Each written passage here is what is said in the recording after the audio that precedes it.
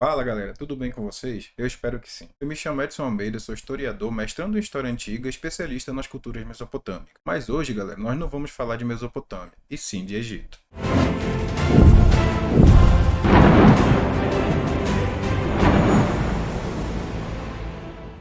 Pois é, gente, hoje o vídeo é sobre Egito. E não é um vídeo qualquer. Hoje a gente vai falar sobre o Diário de Merer, o mais antigo papiro egípcio já encontrado. E o mais impressionante, galera, não é apenas a datação, mas sim o fato dele citar a construção da Grande Pirâmide de Gizé e descrever, inclusive, a rotina de alguns grupos de trabalhadores que trabalharam no 27º ano da construção da Grande Pirâmide. Que, inclusive, como nós vamos ver no texto, era provavelmente o último ano da construção. Galera, a gente sabe que pirâmide e Egito em geral tem muita pseudoteoria, história alternativa, arqueologia alternativa envolvida aí pelo meio. Várias dessas hipóteses sem qualquer embasamento que eu vivo falando para vocês. O que talvez seja segredo para alguns, mas não por estar sendo ocultado do público por uma ordem mundial, e sim porque o próprio público não se interessa em pesquisar sobre os assuntos. É que existe um papiro chamado Diário de Merer, que não só é o papiro mais antigo, como já dito, mas que também cita a Grande Pirâmide de Gizé e a sua construção. No final do século passado, o pesquisador Pierre Tallet, que dedicou mais de 30 anos da sua vida ao estudo da arqueologia egípcia, descobriu um conjunto de mais ou menos 30 cavernas onde antes ficava a antiga cidade de Tura, no Antigo Egito. As escavações foram acontecendo, as pesquisas e análises foram sendo feitas e mais ou menos em 2011 chegou-se à conclusão de que aquelas cavernas serviam como um tipo de galpão para guardar o barco das equipes que vinham da pirâmide de Gizé pegar blocos e pedras e levar dessa pedreira de Tura para a pirâmide de Gizé para que lá fossem usados na construção da Grande Pirâmide. Na terceira temporada de escavações, que começou mais ou menos em janeiro de 2013, Pierre e sua equipe se depararam com mais de 30 rolos de papiros egípcios. E a maioria estava realmente bastante destruído e ilegível, gente. De qualquer maneira, uma quantia razoável dos pergaminhos acabou podendo ser lida e traduzida sim. Eu vou deixar o link do artigo oficial aqui na descrição para vocês verem, tá, gente? Mas vamos lá. Foram realizados vários testes de datações e os papiros acabaram revelando a idade de mais ou menos 2586 a 2540 antes da Era Comum, o que nos remete exatamente à quarta dinastia egípcia, ou seja, o período do reinado do grande faraó Kelps, ou Khufu, se você preferir.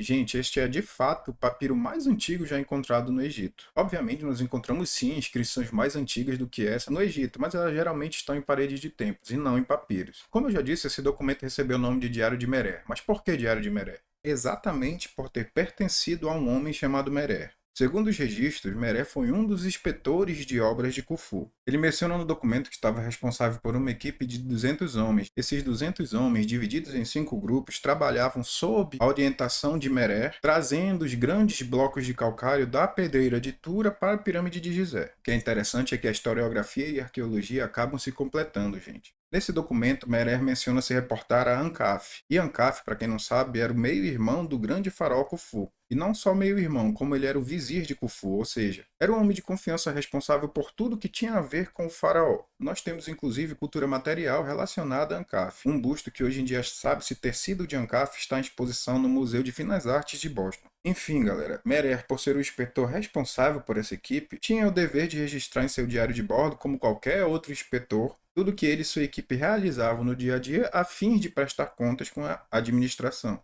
E como nós vamos ver aqui, sim, existia o centro de administração da construção da Grande Pirâmide de Gizé. Mas por enquanto vamos ver outra informação importante que esse papiro nos dá. No documento, Meré assina como sendo o 27º ano da construção da Grande Pirâmide. Inclusive, ele cita que é o último ano da construção, quando o invólucro externo estava sendo colocado. E, gente, esse é o testemunho de um dos inspetores oficiais do faraó Khufu. Para isso ter acontecido em 20 e tantos anos, cada um desses blocos deveria ter sido cortado, movimentado e encaixado a cada 3 minutos. Uma das falácias mais comuns em relação à Grande Pirâmide é essa, o tempo de construção. Essa continha que os pseudistas fazem pode muito bem ser desmistificada com a simples lógica, galera. O Egito possui mais de 100 pirâmides e a Grande Pirâmide de Gizé não é a primeira delas. E mesmo que fosse a primeira delas, os blocos já eram utilizados em construções de mastabas, castelos, palácios, templos, enfim. Nem passa a lógica ideia de que já existiam pedreiras no Antigo Egito muito antes da construção da Grande Pirâmide de Gizé e que os trabalhadores dessas pedreiras trabalhavam arduamente e diariamente por anos e anos anos produzindo blocos para a construção dos castelos, templos, mastabas e posteriormente pirâmides. Ou seja, é óbvio, gente, nós temos as provas arqueológicas de que existiam grandes depósitos de blocos já cortados e prontos para serem destinados e movimentados para quaisquer que fossem os seus destinos e construções. Ou seja, enquanto o cara lá acha que está sendo super esperto fazendo uma continha fake, ele esquece que está subjugando a inteligência dos próprios egípcios, achando que do nada eles decidiram: bom, hoje é um ótimo dia para começar a fazer uma pirâmide, bora começar a cortar os blocos do zero agora. Faraó e aqueles milhares e milhões de blocos que nós temos já guardados nos armazéns das pedreiras ao longo de todo o Egito. Não, bicho, quero os blocos tudo novo. A gente vai fazer agora, para cada um desses blocos ter que ter sido colocado a cada 3 minutos na pirâmide. Pois é, galera, e como eu falei para vocês, a maioria do papiro estava assim destruído e ilegível. Mas, do mesmo jeito, existia também uma boa parte que estava bem preservada, não bem preservada, mas pelo menos era legível, e essas partes foram traduzidas. Nós vamos sim ler o documento, né? Não ele todo, obviamente, porque é grande, mas pelo menos a primeira parte a gente lê e eu deixo o link aí na descrição para quem quiser ler ele completo. Um dos primeiros pontos importantes e interessantes é que ele cita a pirâmide de Gizé pelo nome que ela era chamada pelos antigos egípcios. Bom, galera, esse quadradinho vermelho aqui é um dos trechos em que o nome da grande pirâmide de Gizé é dito 2 vezes. Aqui do lado nós temos a mesma imagem com zoom e esses 2 círculos em vermelho, que embora o segundo ali embaixo esteja um pouco destruído, dá para ver que é sim igual ao primeiro. Significa exatamente Akhet Khufu. Akhet Khufu, galera, era o nome que os egípcios usavam para se referir à grande pirâmide de Gizé. E o que significa Akhet Khufu? Significa literalmente horizonte de Khufu. Esse não é o único e nem o primeiro texto que nos dá o verdadeiro nome da pirâmide de Gizé. Inclusive, na frente da grande pirâmide de Gizé existe o templo mortuário de Khufu. E nesse templo, galera, existem inscrições na parede em onde nós encontramos exatamente o nome Akhet Khufu. Vocês podem ver que os hierógrafos nos relevos dessa parede aqui realmente são esses mesmos hierógrafos aqui descrito no Diário de Meré, ou seja, mais uma comprovação de fontes primárias de que a grande pirâmide de Gizé era a tumba do faraó Khufu. Mas voltando à explicação do nome, por que o horizonte de Khufu? Para os antigos egípcios, galera, o horizonte era onde o faraó, e não só o faraó, os nobres em geral, sofriam a sua transformação em Ak, que significava a união entre a essência física e a espiritual. Vocês podem ver que até o nome Ak está no início do Akhet Khufu, ou seja, realmente era o horizonte de Khufu, o lugar onde o faraó Khufu iria sofrer a sua transformação em Ak, unir sua essência física à sua essência espiritual, se tornando um tipo de entidade eterna. Galera, antes de passar para as inscrições do Diário de Meré em si, a gente precisa conhecer mais alguns termos. O primeiro é Roshi Khufu e o segundo é Shi Khufu. Foi mal os egiptólogos se eu estiver pronunciando errado, né? Vocês sabem que o meu negócio é cuneiforme, então... Mas enfim, galera, Shi Khufu seria mais ou menos a regência de Khufu. Essa regência nós podemos entender exatamente como que eu falei no início, uma administração, ou seja, lá era um centro administrativo da construção da grande pirâmide de Gizé. E hoje em dia sabe-se que era um tipo de complexo de escritórios, de onde saíam as ordens e listas de trabalhadores que iam trabalhar e revezar na construção da pirâmide em devido período. O outro termo que a gente precisa aprender, Roshi Khufu, seria mais ou menos entrada para a regência de Khufu, ou seja, a gente pode dizer que seria a entrada para a administração de Khufu. Também era um centro administrativo, mas diferente da Shi Khufu. Como eu falei para vocês, a Shi Khufu era responsável por liberar listas de ordens de trabalhadores e períodos de trabalhadores, e enfim. Já a Roshi Khufu era responsável por liberar as demandas de materiais, ou seja, era de lá que saía quantos blocos iam ser necessários para tal dia no lado tal. Em resumo, gente, Shi Khufu era como se fosse a administração dos trabalhadores. Roshi Khufu era a administração dos materiais. Outro ponto importante a se falar aqui é que o Ankaf, aquele vizir e meio-irmão do Khufu que eu já falei para vocês, é diretamente responsável pela administração da Roshi Khufu, ou seja, era ele que liberava todas as ordens de materiais que seriam necessários para a construção da pirâmide.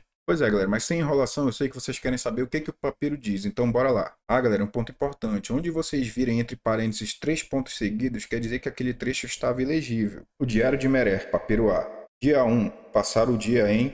Dia 2, passar o dia em... Dia 3, rejeitar o Palácio Real. Navegando o rio acima em direção a Tura. Passa a noite lá.